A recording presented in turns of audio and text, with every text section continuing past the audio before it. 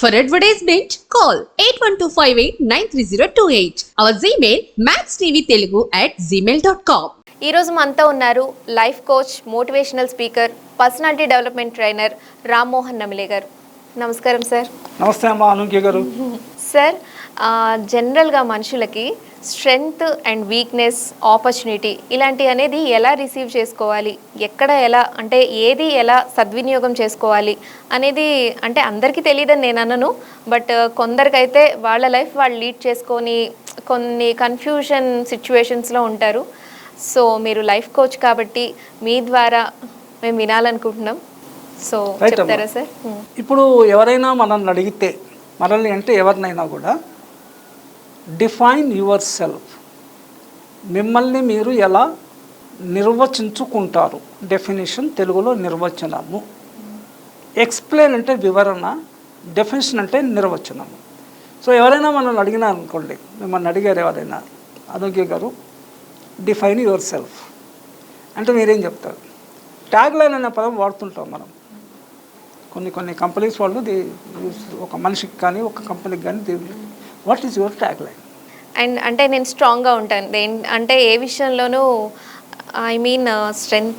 ఆ రకంగా ప్రతి ఒక్కళ్ళు they should know about themselves. వాళ్ళ గురించి వాళ్ళకి తెలియాలి. తెలుసా లేదా అనేది ప్రశ్న. నో దై సెల్ఫ్. నీ గురించే నీకు తెలియకపోతే వేరే వాళ్ళ నుంచి తెలుసుకునేటప్పుడు ఇది అడ్డంకిగా మారుతుంది.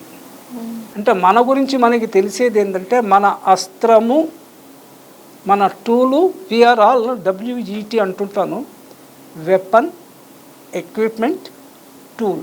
We are hiding certain weapons with us. Weapon అన్న దానికి కొంచెం నెగిటివ్ కాన్టెక్షన్ వస్తుంది.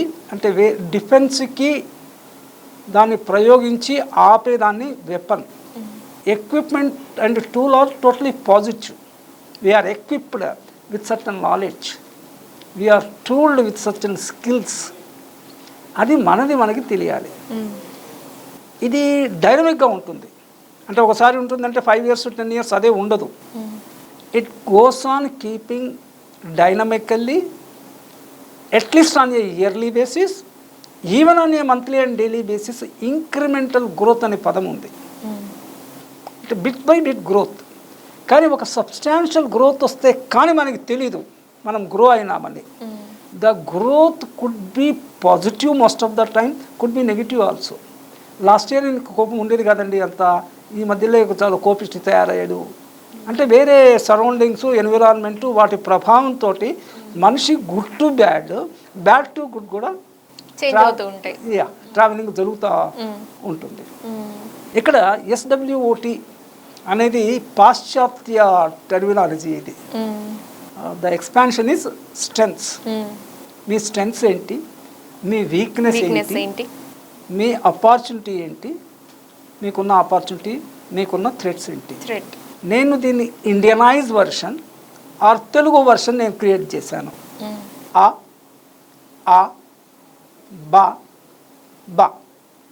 SWOTకి బదులుగా ఆ బా బా అన్ని పొట్టివే. సెకండ్ వన్ కాదు, షార్ట్ వన్.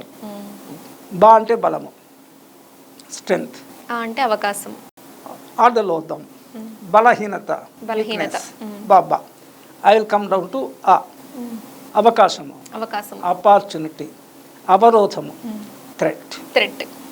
ఈ రెండిట్లో ఆలు ఎక్స్టర్నల్, బాహ్య ప్రపంచంలో మనకి ఎదురయ్యేవి. బా మన ఇంటర్నల్, ఆంతరంగికాలు. బలము బలహీనతలు మనవి అంతరంగం ఇంటర్నల్. This things. రైట్ అమ్మా. Thank you. నమస్తే.